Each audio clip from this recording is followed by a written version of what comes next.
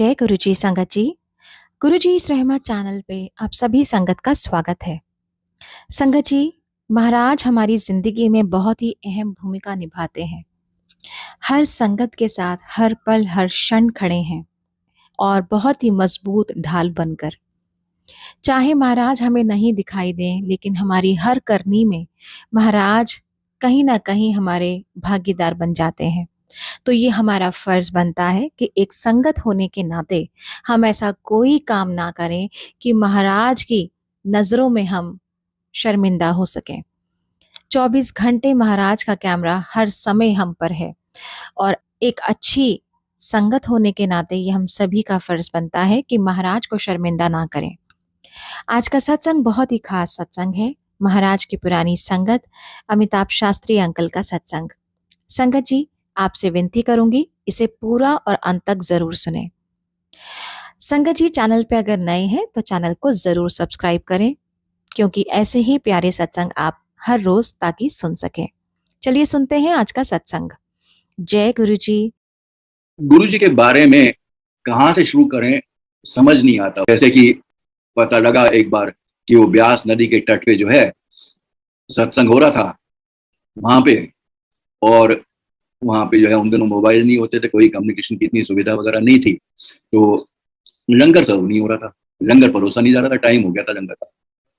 और गुरु जी ने पूछा कि की होया, तो पता लगा जी एक गाड़ी नहीं पहुंची है वहां पे जो है, और वो थी आटे की गाड़ी। ये आटा नहीं पहुंचा है। गुरु जी पहुंचे तुरंत लंगर में जहाँ पे खाना पक रहा था, और वहां पे अपने हाथों से ऐसे कर करके पूरे फुलके बनाए और वो पूरी संगत को सर्व हुआ।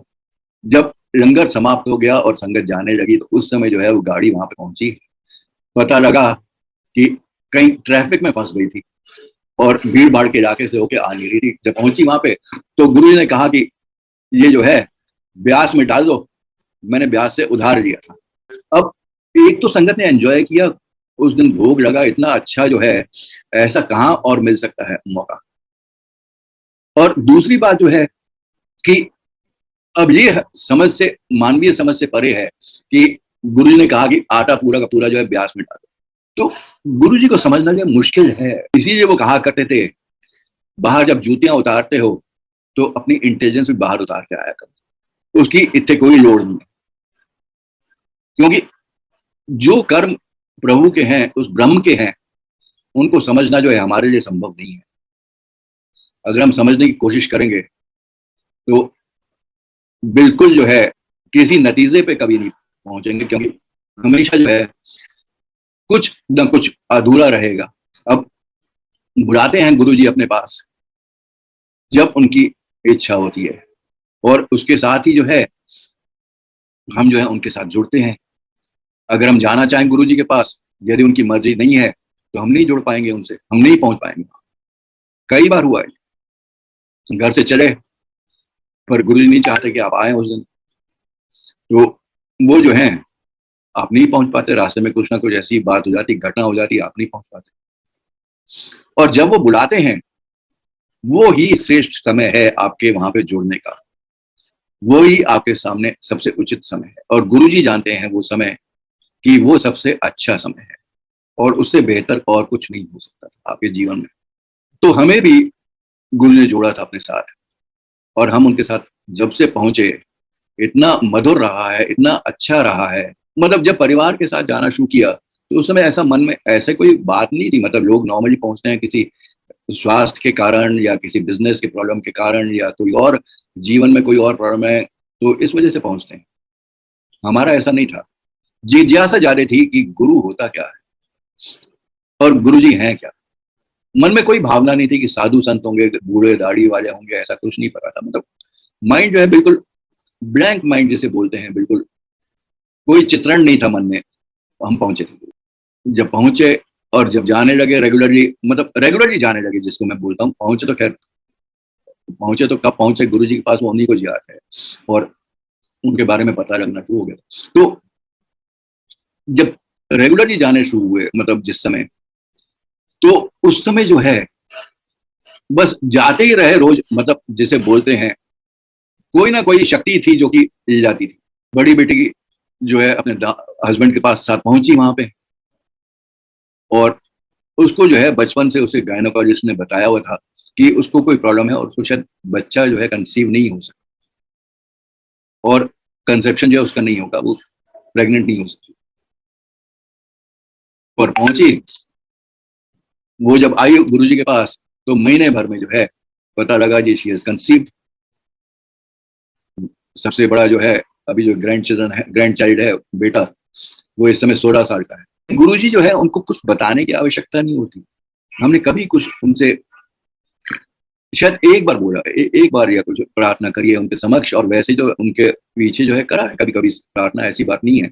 वहां पर जो है एक दिन ऑफिस में बैठा हुआ था मैं, मुझे जो अनकंफर्टेबल फीलिंग हुई, मैं जो हूँ ऑफिस से लेकर के निकल गया कि आज तबीयत ठीक नहीं है और मैं वापस जा रहा हूँ। तो हम आ गया, मैं घर वापस, आराम किया अगले दिन फिर। और उन दिनों मैं खुद ड्राइव करता था और हम जो है गुड़गांव में रहते हैं और वो जो है ऑफिस जो है दिल्ली में था। तो अगले दिन ड्राइव करके खुद गए और ऑफिस में रहकर फिर वापस आ गए। उसके बाद संडे था, संडे को किसी ने कहा कि अमिताभ तेरी तबीयत ठीक नहीं लग रही। तो मैंने कहा नहीं नहीं ठीक है, बिल्कुल ऐसी कोई बात नहीं है। तो उन्होंने कहा नहीं नहीं।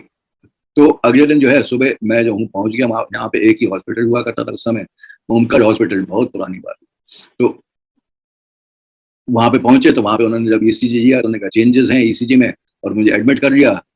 मैंने अपनी वाइफ को बताया, वो प्रिंसिपल थी स्कूल में, भागी भागे उन्होंने एकदम अपने बच्चों को बताया।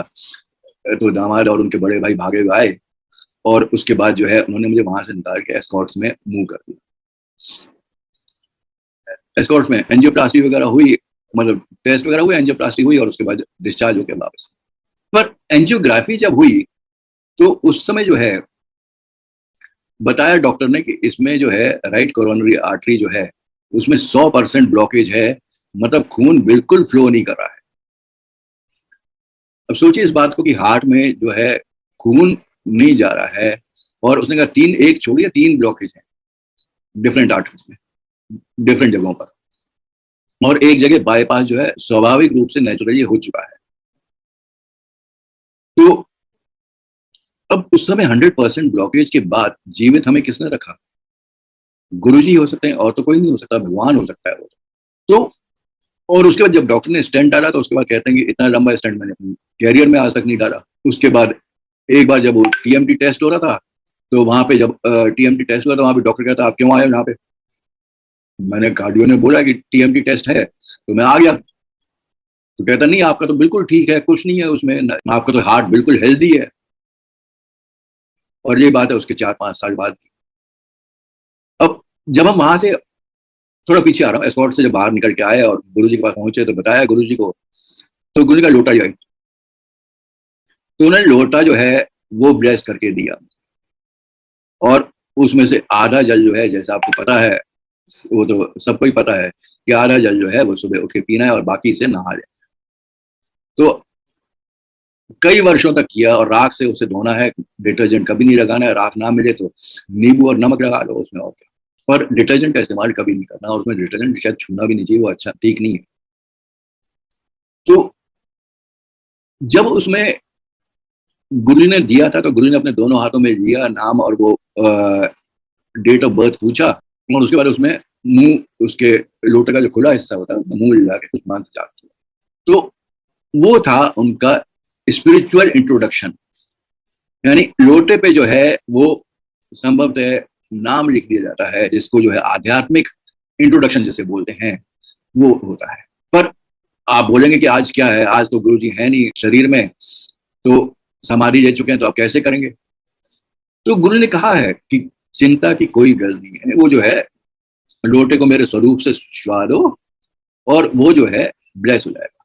तो ये चीज जो है समझने वाली है। आई मीन ये हुआ था हमारे साथ एक, और उसके बाद जो है होती रहे, कुछ ना कुछ होता है जीवन में। पर 90% जो है जो कल्याण गुरु जी का होता है उसका तो हमें पता ही नहीं लगता, हमें बिल्कुल ज्ञान नहीं होता, पर वो करते जाते हैं।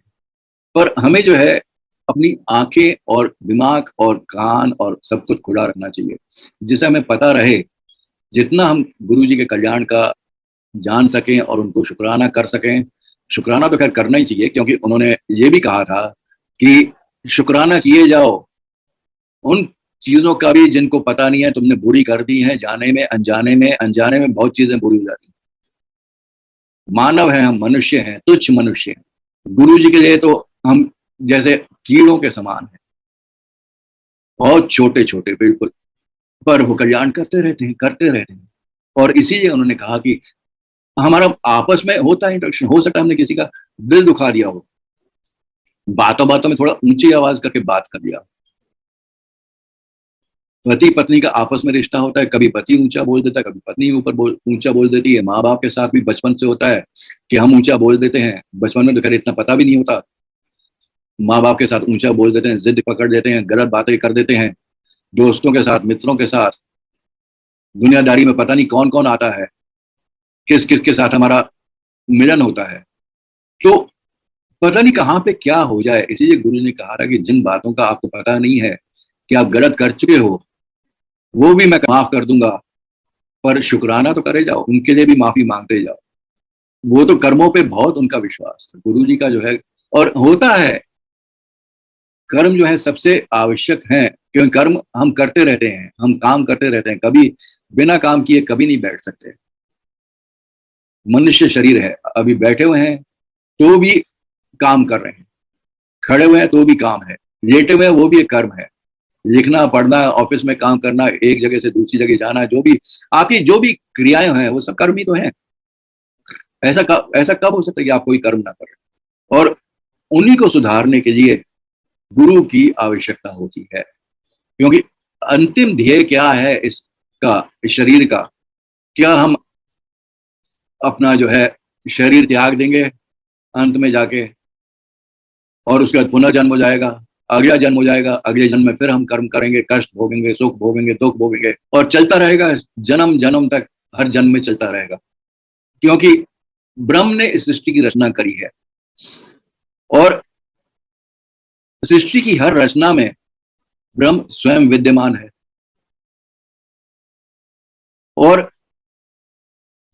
इस कारण जो है, हर एक चीज जिसमें ब्रह्म है, चैतन्य चीज जिसे बोलते हैं हिंदी में, तो चैतन्य का मतलब है जिसमें भी ब्रह्म विद्यमान है, जिसमें भी लाइफ है, जिसमें भी वो है, चाहे वो चलती हो या नहीं चलती हो, चर हो या अचर हो।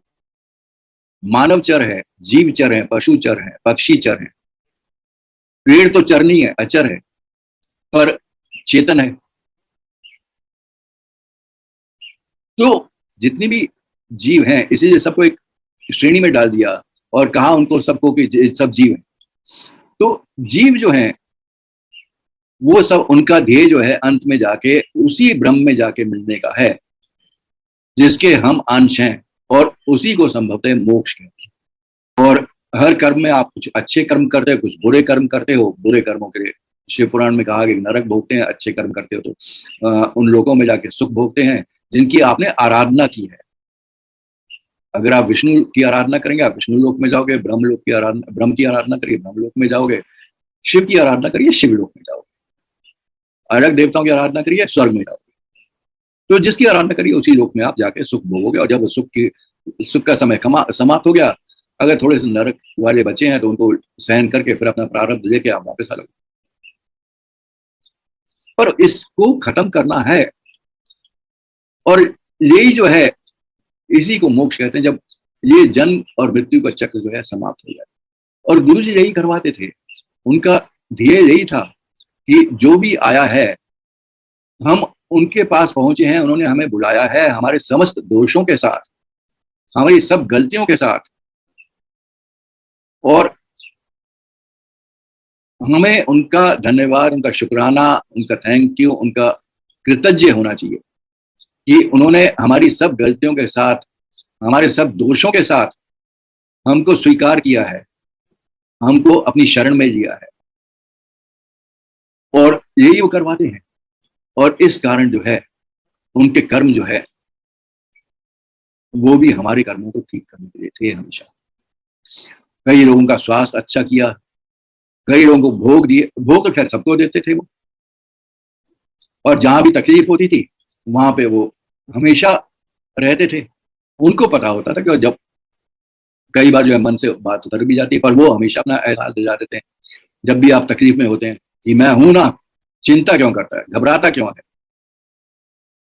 लैंसडाउन गए थे हम एक बार, तो यहां से जब लैंसडाउन पहुंचे तो कार की नीडल जो है आधा शो कर रही थी। मैं खुश हो गया, मैंने कहा अरे वाह, बहुत बढ़िया माइलेज दी है कार ने तो, आज आधा ही टैंक चला है। और जैसे आपको पता है लैंसडाउन यहाँ से कोई 300 किलोमीटर के करीब होगा, उसके आसपास, तो उसमें जो है आधे से ज्यादा टैंक खर्च हो जाना चाहिए, किंतु नीडल जो है पेट्रोल की जो आधे पे थी। तो ठीक है, कुछ ज्यादा ध्यान नहीं दिया उस पर हमने, बस खुश होकर आ गए कमरे में। अगले दिन जो है हमने कहा चले, तो वहां से 40 किलोमीटर दूर एक जगह है, शिव मंदिर है, हमने कहा चलो वहां पे चलते हैं। तो निकले, गाड़ी स्टार्ट हो गई, मुश्किल से 10-15 किलोमीटर, थोड़ा दूरी गए होंगे, 10-15 किलोमीटर की फ्यूल गेज की नीडल जो है, जो बीच में थी, एकदम जीरो पे आ गई। तब एहसास हुआ कि अरे बाबा, ये तो अपना पेट्रोल टैंक की जो नीडल थी, जो सुई थी, वो ठीक से काम नहीं कर रही थी, पेट्रोल तो इसमें है ही नहीं, खत्म हो गया है। तो अब क्या करें, रुक कर पूछा एक छोटे से दुकानदार में, जैसे शैक वगैरह होता है, खाली सड़क थी बिल्कुल, जहां भी अगली दुकान छोटी सी मिली, 6 फुट बाय 8 फुट की। तो उससे पूछा भैया पेट्रोल पंप, कहने का पीछे कोटद्वार में है। अब लैंसडाउन से कोटद्वार जो है 40 किलोमीटर है, और हम लैंसडाउन से भी 10 किलोमीटर आगे आ गए। और हमने कहा आगे, कहता आगे कॉर्बेट नेशनल पार्क में, वहां पे 100, मैंने कितना दूर है, कहता 100 किलोमीटर है। अजीब दुविधा है। सुना था कि गुरुजी जो है बिना पेट्रोल के ग्रेवाल अंकिल की गाड़ी ले गए थे, तो हमने भी प्रार्थना करी, एक रस्सा जरूर खरीद के रख लिया एक दुकान से, कि अगर ज्यादा इमरजेंसी हुई तो कम से कम गाड़ी टो हो सकेगी। और प्रार्थना करी गुरुजी से कि गुरुजी प्लीज मंदिर के दर्शन करवा दीजिए। और आप जो है विश्वास नहीं करेंगे, हम उसके आगे 20-25 किलोमीटर मंदिर तक ड्राइव किया। वहां पे मैंने कोशिश करी, पार्किंग में कई गाड़ियां खड़ी थी, मैंने कहा भैया पेट्रोल पेट्रोल पेट्रोल, तो उन्होंने कहा निकाल सको तो निकाल लो, ऐसी कोई बात नहीं, सहायता करने को लोग तैयार थे। पर आजकल जो है जहां पे पेट्रोल डालते हैं और पेट्रोल टैंक तक पाइप जो है सीधा नहीं हुआ है, जो कि पुरानी गाड़ियों में हुआ करता था, तो निकला नहीं कोई पेट्रोल। एक ड्राइवर ने कहा, टैक्सी ड्राइवर ने, साहब आप आगे आगे चलो, अगर कुछ भी हुआ तो मैं आपको टो कर लूंगा। और उसके बाद जो हम वो 40-45 किलोमीटर का रास्ता तय करके जैसे वापस आ गए। वहां पे बाजार में पूछा तो उसने कहा कि साहब एक तो आर्मी में मिल जाएगा पेट्रोल आपको। अब वो शनिवार को दोपहर का टाइम, रिटायर्ड ऑफिसर, और उसके बाद जो है मैंने कहा पता नहीं कौन हेल्प करेगा, और उसमें प्रोसीजर भी, कागजी कार्रवाई काफी लंबी चौड़ी होती है। तो मैंने कहा और कोई तरीका, कहने का एक दुकानदार है यहाँ पे पीछे की तरफ, और उसके पास जो है कभी कभी वो बोतलों में पेट्रोल रखा करता है। तो हमने कहा ठीक है। तो हम पहुंचे उसके पास, उसने कहा साहब मेरे पास 4 बोतल पेट्रोल है। मैंने कहा ठीक है दे दो। और 4 बोतल वो दारू की बोतल थी जिसमें वो पेट्रोल रखा था, और 750 ml के हिसाब से 4 लीटर हुआ कोई, 4 बोतल हुआ कोई 3 लीटर। तो 3 लीटर पेट्रोल जो है वो फटाफट लाके मैंने गाड़ियों में डाल दिया। अब गुरुजी ने उतने ही पेट्रोल का इंतजाम कराया जितनी हमें कोटद्वार तक जाने के लिए आवश्यक था। अगले दिन हम मेस से निकले, वहां पे जहां पे रह रहे थे, और वहां से ड्राइव करके कोटद्वार आ गए, और कोटद्वार में आके फिर पेट्रोल टैंक फुल कराया। गुरुजी इंतजाम करते हैं, उनको पता है, आपको आभास हो ना हो, आप प्रार्थना करो, वो हमेशा आपके साथ रहेंगे। हाँ, उस जगह का नाम था तारकेश्वर, वो जो है याद आ गया मुझे, तारकेश्वर मंदिर है, वो 40 किलोमीटर दूर लैंडस्लाइड से, जहां पे कहते हैं कि जमीन से वो शिवलिंग प्रकट हुआ है। इस तरह के बहुत छोटे मोटे बहुत वो हुए इंसिडेंट्स। और एक और किस्सा मुझे याद आ रहा है कि हम जो हैं लॉस एंजलिस में था, आ रहे थे हम वापस, तो हमारी बेटी भी अपनी बेटी के साथ जो है आ रही थी वापस हमारे साथ। अब वो जो है यूएस में रहते हैं, तो उनके पास वो H1 कार्ड क्या है वो होता था उनके पास उन दिनों। अभी तो क्या ग्रीन कार्ड मिल गया उनको, पर उस समय जो है H1 वो H1 वीजा था। और उसकी छोटी बेटी भी थी जिसका जो है मेरे ख्याल से 4 महीने की या कुछ ऐसे रही होगी, 6 महीने की शायद थी उस समय। तो हम जो है वापस आ रहे थे भारत, और वो हमारे साथ आ रही थी। तो लॉस एंजल्स एयरपोर्ट पहुंचे तो हमारी फ्लाइट जो है लंदन के थ्रू थी। तो वहां पे हमारा तो कर दिया उन्होंने अप्रूव, वहाँ पासपोर्ट वगैरह, क्योंकि हमारा टिकट था वो वाया लंदन ही था। और ट्रांजिट के कोई प्रॉब्लम नहीं। अच्छा, उसके बाद जो है उनका जो है उसकी बेटी का भी हो गया क्योंकि वो यूएस सिटीजन थी, पर अपनी बेटी का जो है वो रोक दिया उन्होंने। उन्होंने कहा कि इसमें जो है ब्रिटिश वीजा नहीं है, ट्रांजिट वीजा चाहिए इसमें। तो ट्रांजिट वीजा था नहीं, तो उसको बोला नहीं, तुम ट्रैवल नहीं कर सकती। अब फ्लाइट जाने में सिर्फ 2.5 घंटे या 2.75 घंटे, आई मीन बहुत थोड़ा टाइम बाकी था, 2.5 घंटे शायद बाकी था। अब क्या करें क्या करें क्या करें, कैंसिल कर, वो सोचने की कैंसिल करते हैं ऐसे टिकट को, और क्या करें, और दूसरी फ्लाइट देखने लगी। इतने मेरे मन में पता नहीं क्या आया, मैंने कहा बेटे अपना पासपोर्ट दे मुझे जरा, मैं जाके बात करता हूँ काउंटर पे। तो मैंने जाके बोला उनको, मैंने कहा ये इंडियन टिकट पासपोर्ट है, इसमें ट्रांजिट वीजा की कहाँ, जो जैसे हमारा है वैसे ही उनका भी है। कह नहीं sir, it can not be. अचानक जो है नजर पड़ी कैनेडियन वीजा पे जो कि पासपोर्ट में था। मैंने कहा will this do, oh this is there. मैंने कहा हाँ इट इज देयर। तो उसने जस्ट वेट, और वो भागी हुई गई अपने सीनियर ऑफिसर के साथ वहां पे, उसने शायद लंदन कॉल किया क्या किया, और वापस आई और उसने कहा आप जा सकते हैं। गुरुजी की महिमा कि उन्होंने रास्ता निकाल दिया, और उसके बाद खुशी खुशी हम अपनी उसी फ्लाइट से आए। और उसके बाद खैर मतलब पर उनका शुक्राना करते करते थकते नहीं है, हर दिन उनका शुक्राना करना, और उसी से हमारे जो है फिर भी वो कम ही रहेगा उनके लिए, कभी पूरा नहीं हो सकता। क्योंकि वो जो हमारे लिए करते हैं उसकी तो आपको पता ही नहीं है कितना वो करते हैं हमारे लिए, उसका हमें एहसास भी नहीं है, आभास भी नहीं होता। अभी 2-3 साल पहले की बात है कि मैं जो हूं गिर पड़ा बाथरूम में, स्लिप हो गया। अब इस उम्र में जो है, और मुझे जो है छाती में जाके जो है वो जमीन पे लगा या जिस पे बैठ के नहाते हैं उस पे लगा, मुझे ठीक ठीक पता नहीं, पर दर्द हुआ थोड़ा सा। सोमवार का दिन था, उसके बाद हम तैयार होकर बड़ा मंदिर चले गए, जैसे हमारा रूटीन था। हर मंडे हर सोमवार को जो है बड़ा मंदिर हम जरूर जाया करते हैं। और हम जो चले गए और रास्ते में जो है मेरा पेन बढ़ गया, दर्द बढ़ गया। तो मैंने अपनी वाइफ को बोला, मैंने कहा सुबह बाथरूम में गिर पड़ा था और दर्द हो रहा है अभी, तुमने बताया क्यों नहीं, आते नहीं डॉक्टर के पास जाते। मैंने उस समय नहीं हो रहा था, इतना बढ़ गया है क्या करूं। तो जब तक पार्किंग में पहुंचे मंदिर की, तो वहां पे जाके दर्द इतना बढ़ गया था कि मेरे से सांस लेने में भी कठिनाई हो रही थी, बहुत ज्यादा दर्द हो रहा था। तो उन्होंने कहा डॉक्टर की अनाउंसमेंट करें, मैंने कहा बड़ा मंदिर आए देखते हैं, लेट्स सी। तो वो मेरा हाथ पकड़ के ले गई, बड़ा मंदिर में दर्शन हुए, उसके बाद चाय प्रसाद पीछे जाके लिया, और उसके बाद जो है हम जो है अब चल के अपनी गाड़ी में आए और ड्राइव करके वापस आने लगे। मुश्किल से 1 किलोमीटर आए होंगे कि बाहर ही निकले होंगे, पार्किंग से निकल के राइट टर्न किया होगा, थोड़ी दूर ही आए होंगे कि मुझे एहसास हुआ कि वो जो है दर्द जो है कम हो गया। अगेन गुरु जी की मेहर स्पर्श थी। उसके बाद पेन जो काफी टॉलरेबल हो गया, बहुत कम हो गया दर्द।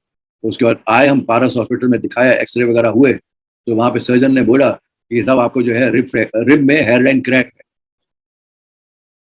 तो कहने के इसके कोई पीओपी वगैरह प्लास्टर वगैरह कुछ नहीं लगता, ऐसे ही रहेगा आपका, और आप जो है 5-6 हफ्ते में, 2 महीने में, 2.5 महीने में ठीक हो जाएगा अपने आप ही।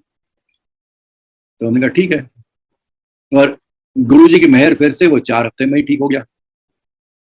गुरु जी को तो बस धन्यवाद ही कर सकते हैं कि उन्होंने जो है इस प्रकार उभारा अपने को। उसके बाद जो है जो भी शक्ति थी जिसने मुझे गिराया था, जो भी बुरे ग्रह रहे होंगे, वो एक बार फिर प्रकट हुए जून में।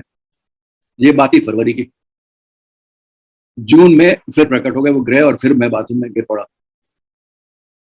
इस बार जो है बम्स में गिरा नीचे और चोट लगी, और उसके बाद फिर मैं आके बैठ गया, और कुछ ऐसा खास महसूस नहीं हुआ। मतलब अगले दिन बाजार में काम था, चला गया मैं बाजार में। बाजार में पहुंचे तो वहां पे मुझे ब्लैकआउट हो गया और मैं बेहोश हो गया बाजार में। दुकानदार वगैरह फटाफट उठा के वहां पे डॉक्टर के पास आए, डॉक्टर ने देखा वगैरह, जब आराम वगैरह हुआ तो उसने बीपी वगैरह कहकर, और दुकानदार ने कहा कि हम ड्राइव करके जाते हैं। मैंने कहा नहीं ऐसी कोई बात नहीं, मैं चला जाऊंगा ड्राइव करके। तो उसने बोला दुकानदार ने कि साहब आपको इंटरनल ब्लीडिंग हो रही है, इस वजह से आपका बीपी जो घट रहा है। डॉक्टर ने कि आपको इंटरनल ब्लीडिंग हो रही है, इस वजह से आपको ब्लैकआउट हुआ। घर आया, बीपी मेजरमेंट किया तो 80/30 था, और नॉर्मली क्या होता है, 120 130 ऊपर का होता है और 80 के करीब, 70 80 के करीब जो है नीचे का होता है। ऊपर का जो उस समय था वो 80 था, 80, और नीचे का जो था वो 30 था। गुरु ने जीवित रखा अगेन, और उसके बाद फिर से वो हॉस्पिटल में जाके वो पूरे टेस्ट वगैरह हुए, तो पता लगा जी काफी ब्लीडिंग हुई है, बहुत ब्लीडिंग। उसके बाद जो है, और गुरु जी की मेहर है, बचा के रखा है उन्होंने। कई बार गुरु जी के ड्रीम्स भी आते हैं और उनके ड्रीम्स जो है वास्तविक होते हैं, झूठ नहीं होते उनके ड्रीम्स, और उनकी वो प्रेजेंस, एक्चुअल प्रेजेंस होती है ड्रीम में। एक बार मुझे ड्रीम आया था कि गुरु जी संगत है और हम सब बैठे हुए हैं उसमें, और गुरु जी जो है एक आध संगत के साथ जो है मूव कर रहे हैं, हर एक के पास जा रहे हैं, कुछ मतलब संगत में जैसे घूम घूम रहे हैं। अचानक वो मेरे सामने आते हैं और बोलते हैं कि एनु दे दो, ए करूंगा। मैं उनकी तरफ देख रहा हूँ और हाथ जोड़ के बस ऐसे किया मैंने, और मुझे समझ नहीं आया कि गुरु ने क्या बोला है, क्या देना है मुझे और क्या करना है मुझे, कुछ समझ नहीं आया। मैं लॉस्ट बिल्कुल।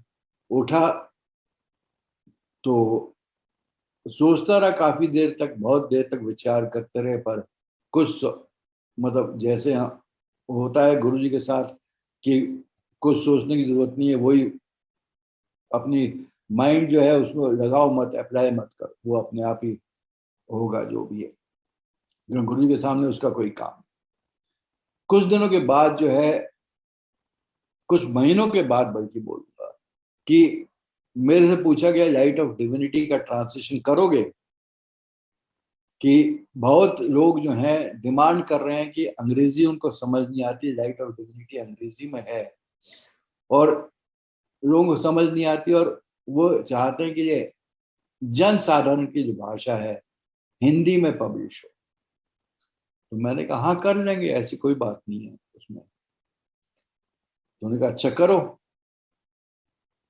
तो मैंने करना शुरू किया, और हर बार जब मैं बैठता था तो मैं गुरुजी से निवेदन करता था कि गुरुजी आप मेरे साथ रहिए और जैसा आप चाहते हैं वैसे ही मेरे से ट्रांसलेशन इसका कराते रहिए। वही ट्रांसलेशन करते मुझे स्ट्राइक हुआ कि अरे बाबा, गुरुजी ने ये कहा था, ओ माय गॉड, OMG, गुरु ने ये कहा था कि एनु दे दो, ए करूंगा। मतलब लाइट ऑफ डिविनिटी का जो ट्रांसलेशन करना था हिंदी में, रूपांतरण जो करना था, वो उसके लिए कह रहे थे, और उसका ट्रांसलेशन पूरी तरह अच्छी तरह पूरा हुआ। गुरु जी ने खुद ही करा है, मैं तो उसमें सिर्फ मीडियम था। मुझे जैसे उन्होंने डायरेक्शन दिया है उसी के मुताबिक हुआ है। सिर्फ उसमें एक चीज का हमने ध्यान रखा जो मैंने डिस्कस करके बोली थी, मैंने भाषा जो है शुद्ध होनी चाहिए, उसमें किसी और भाषा के शब्द नहीं आने चाहिए। अब हिंदी अगर लिख रहे हैं तो हमें हिंदी ही लिखनी चाहिए, और उसमें जो उर्दू के शब्द आए तो गलत बात है। भाषा की पवित्रता जो है वो मेंटेन रहनी चाहिए, उसकी प्योरिटी मेंटेन रहनी चाहिए। आजकल लोग हिंदी को अंग्रेजी में रोमन स्क्रिप्ट में लिखने लगे हैं, गुरमुखी को रोमन स्क्रिप्ट में लिखने लगे हैं, जो कि गलत चीज है। आने वाली जनरेशन, एक तो उसे पढ़ने में बहुत मुश्किल होता है, ये क्या लिखा है, कम से कम मैं तो उसे डिलीट कर देता हूँ, मेरे से एक आध लाइन अगर नहीं पढ़ी जाए मैं डिलीट कर देता हूँ उसको, पढ़ने की जरूरत ही नहीं हो सकती, क्योंकि वो जो एम्प्योर हो जाती। तो इस तरह लाइट ऑफ डिविनिटी का जो ट्रांसलेशन हुआ, वो दिव्य आभा के रूप में जो है सबके सामने पहुंची। गुरु जी के जितने भी चीजें हैं, वस्तुएं हैं, चाहे उनका लॉकेट हो, चाहे उनका ब्रेसलेट हो, चाहे उनका स्वरूप हो, चाहे ये दिव्य आभा हो, लाइट ऑफ डिविनिटी हो, सब डिस्ट्रीब्यूशन के लिए है। और मुझे बहुत दुख होता है जब वो मैं देखता हूँ कि लोग इस पे ये चीजें जो है बेचकर बिजनेस कर रहे हैं, कैलेंडर भी बेचकर बिजनेस कर रहे हैं, जबकि ये सब जो है बहुत ही मतलब बिजनेस क्या, गुरुजी के नाम पर बिजनेस करो कि गुरुजी को माध्यम बना के बिजनेस करो। क्योंकि बड़े मंदिर के बारे में गुरु ने कहा था कि मैनू मंदिर की कोई लोड़ नहीं है, असी तो चप्पल पा के तुर पाएंगे, ए मंदिर मेरी संगत वास्ते है, ए सच दी थां है, मैं इत्थे रोज ही नए नजारे दिखाने। एक दिन ऊपर के शिवलिंग विचों दूध आप ही प्रगट होगा, गंगा इन्हों नहराएगी। तो गुरु ने मंदिर जो है हम लोगों के लिए बनाया है ये।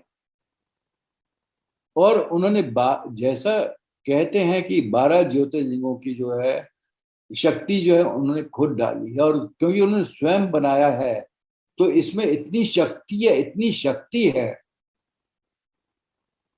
कि उसे जो है कभी डिस्क्राइब नहीं किया जा सकता। इसके पास से भी गुजर जाए कोई तो ब्लेस होता है।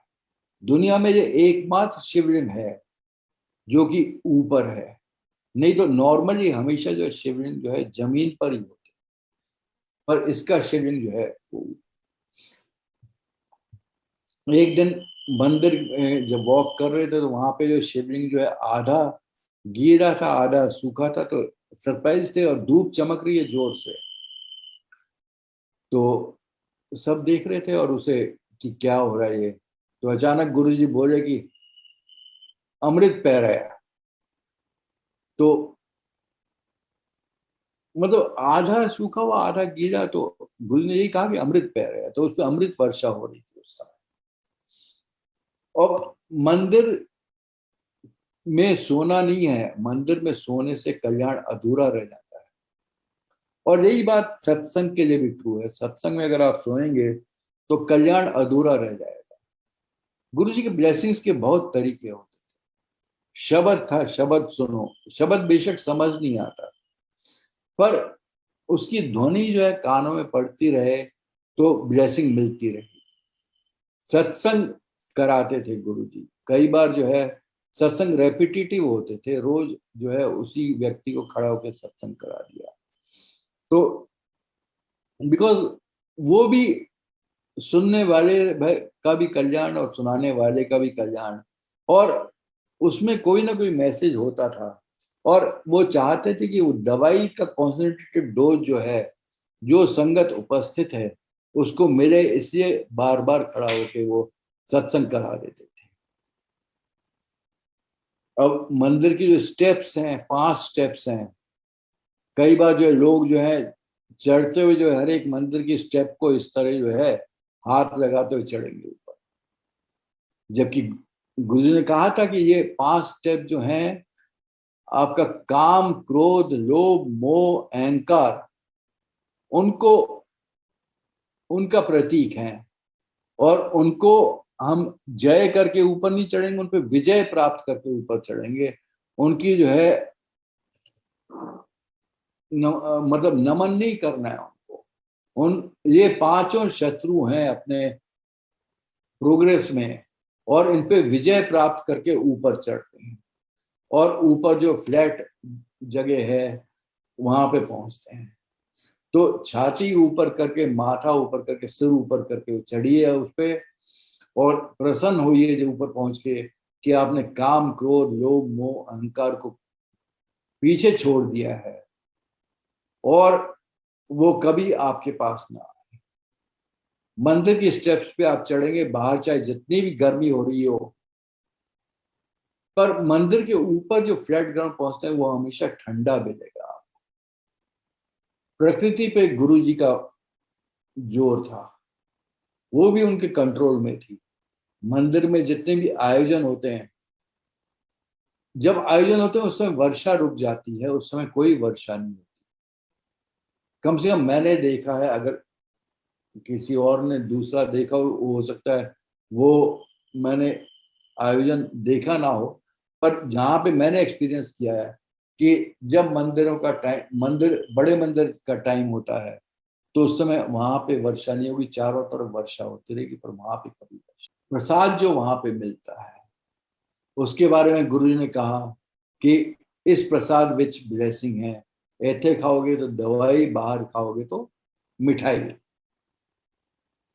और ये भी उन्होंने कहा कि इस प्रसाद विच मैंने 25 साल तक की ब्लेसिंग डाल सकता हूं, और डालते भी हैं, वो लंबी ब्लेसिंग डाल। अब प्रसाद पे मुझे एक दिन याद आया, मेरा बर्थडे था, उस दिन मैं वहां पे पहुंचा तो लड्डू मट रहा था।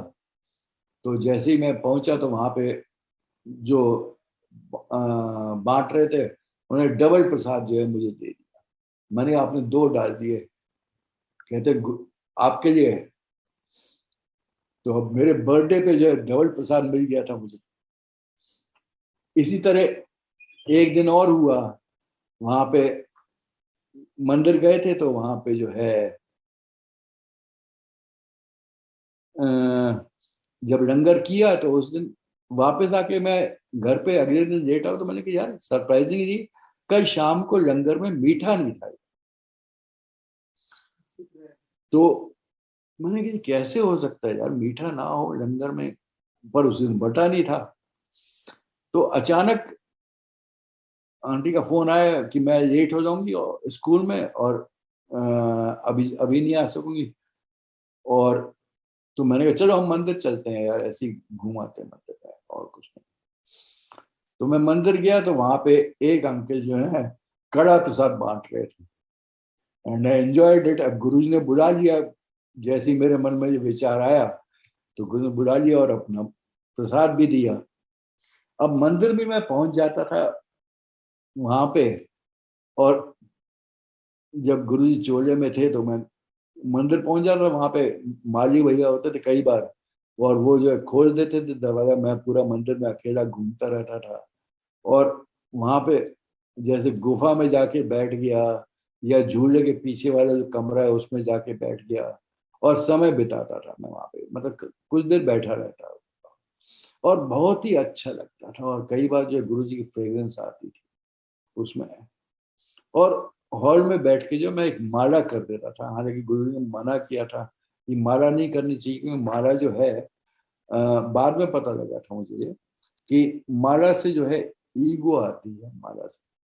पर मैं जो है एक माला करके उठ जाता था, और उस समय मेरे मन में कोई और विचार नहीं होता। ओम नमः शिवाय की एक माला करी, कमल गट्टे की माला होती थी, वो करी, और उसके बाद उठ के जो है मंदिर में घूम घाम के आराम से जहां बैठो जहां घूमो, कोई रोक टोक नहीं थी। और मंडे को जो है उस समय समाधि थी नहीं, तो वहां पे लॉन था, और शिवलिंग जो है वो जमीन पे रखा हुआ था गणेश जी की मूर्ति के साइड पे। तो उस पे मैं दूध चढ़ा दिया करता था, और और बहुत दिनों तक, बहुत हफ्तों तक मैं हर मंडे को जो है ये काम कर दिया करता था। तो बाद में फिर गुरु जी का चोला छोड़ने के बाद अनाउंसमेंट हुआ कि वहां पे कोई दूध नहीं चढ़ाएगा, तो फिर बंद कर दिया था मैंने, फिर उसके बाद कभी नहीं करा। पर उस समय जो अद्भुत, मतलब फीलिंग होती थी, डिस्क्राइब नहीं कर सकता मैं, कि गुफा में बैठ के क्या फीलिंग हुई, या उनके गुरुजी के कमरे में बैठ के कितनी सुंदर फीलिंग, मतलब वर्णन अवर्णनीय है जो फीलिंग है। और गुरु जी ने भी कहा कि जितनी बार इतने आओगे उन्नी बार थोड़े पुट्ठे लेख जो है सीधे होंगे। मतलब अब सत्संग में भी अगर हम बैठे, तो जितने भी बार सत्संग में बैठे, तो वहां पे भी हमारे पुट्ठे लेख सीधे होते हैं। बड़े मंदिर में तो होते ही हैं।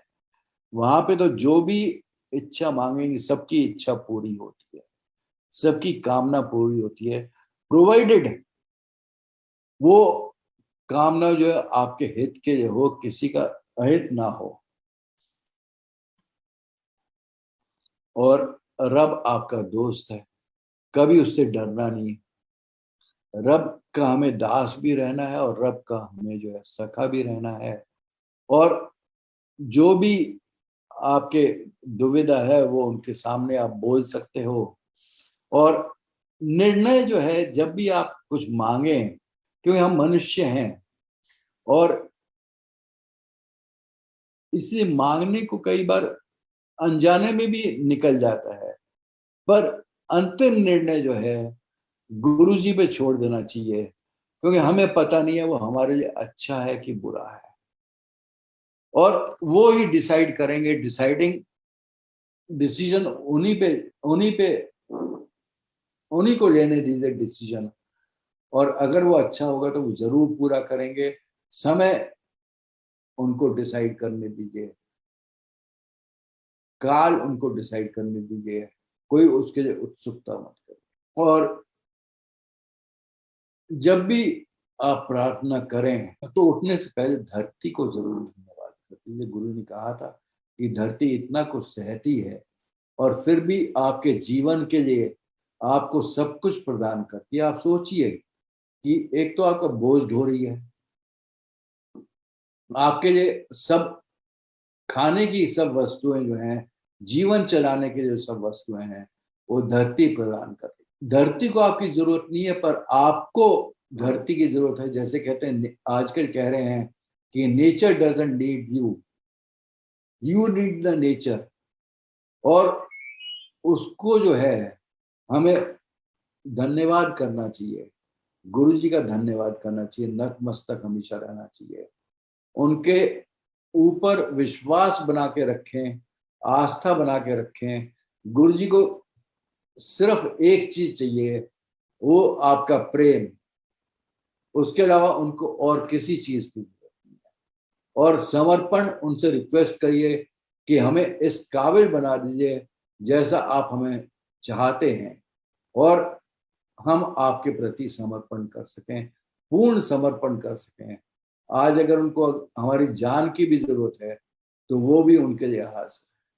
तो समस्त गुरु जी का मैं शुक्रगुजार हूँ। कोई भी अगर गलती हो गई मुझे क्षमा करें, और सत्संग का भी, संगत का भी मैं शुक्रगुजार हूँ। जय गुरु जी। शुक्राना गुरु। Thank you so much uncle, बहुत ही प्यारा सत्संग हम सभी संगत के साथ साझा करने के लिए। शुक्राना है गुरु महाराज का, जो हर दिन, हर पल, हर क्षण अपनी ना जाने कितनी ही संगतों का कल्याण करते आ रहे हैं।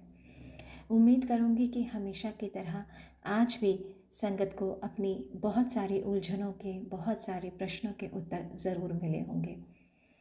संगत जी, गुरु महाराज इसी तरह अपनी कृपा दृष्टि हम सभी पर करते रहें, इसी कामना के साथ जय गुरु जी। शुक्राना गुरु महाराज।